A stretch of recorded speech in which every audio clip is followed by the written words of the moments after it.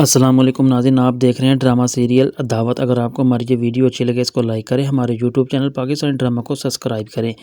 जो रेहान होता है वो सोबिया के बारे में काफ़ी ज़्यादा सोच रहा होता है, बल्कि काफ़ी ज़्यादा उसके बारे में परेशान होता है। बल्कि वो कहता है कि लोग सच कहते हैं कि यादें सिर्फ यादें ही रह जाती हैं, लेकिन जो रेहान होता है वो ये कहता है कि ये मेरी ज़िंदगी की सबसे बड़ी गलती थी जो मैंने अपनी शादी अरीबा के साथ करवाई। क्योंकि अगर मेरी शादी सोबिया के साथ होती तो मैं काफ़ी ज़्यादा खुश रहता, बल्कि वो मेरा बहुत ज़्यादा ख्याल रखती। लेकिन जो अरीबा वो उसको तो मेरी बिल्कुल ज़रा सी इतनी भी परवाह नहीं है, लेकिन उसको इस बात की बहुत ज़्यादा टेंशन होती है क्योंकि वो उसके साथ शादी हुई होती है, लेकिन वो उसका कंटेंट बाहर के लोगों के साथ है। लेकिन क्यों? लेकिन जो सोबिया वो एक अच्छी लड़की थी, लेकिन वो यही बातें सोचकर बहुत ज़्यादा रोता है।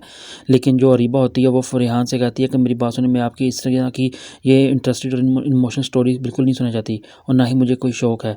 लेकिन जब ये बात रेहान उसके मुँह से सुनता है तो वो बहुत ज़्यादा हैरान हो जाता है, बल्कि वो कहता है कि तुम ये किस तरह की बातें कर रही हो? जो भी बात कर रही हो अपनी ज़ुबान संभाल के बात करो, अगर तुमने ऐसी बात की दोबारा तो फिर देखना मैं तुम्हारा क्या करता। लेकिन जो अरीबा होती है वो वहाँ गुस्से के साथ फ़ौरी चली जाती है।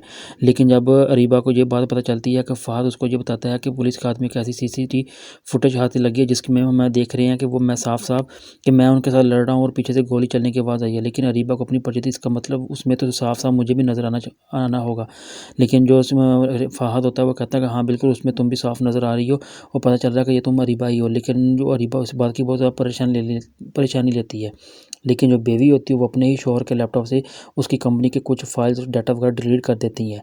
लेकिन वो उसके बिल्कुल भी पता नहीं होता कि ये किसकी साजिश है।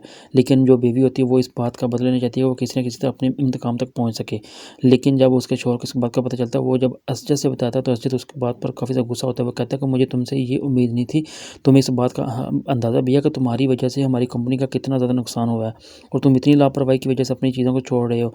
अब वो चीज़ें हम कहाँ से लेके आएँ? लेकिन जो उसका शौहर होता है वो भी अब इस बात से परेशान होता है कि यार आखिर कौन है जो मेरे ही लैपटॉप से मेरी चीज़ें इस तरह डिलीट कर रहा है।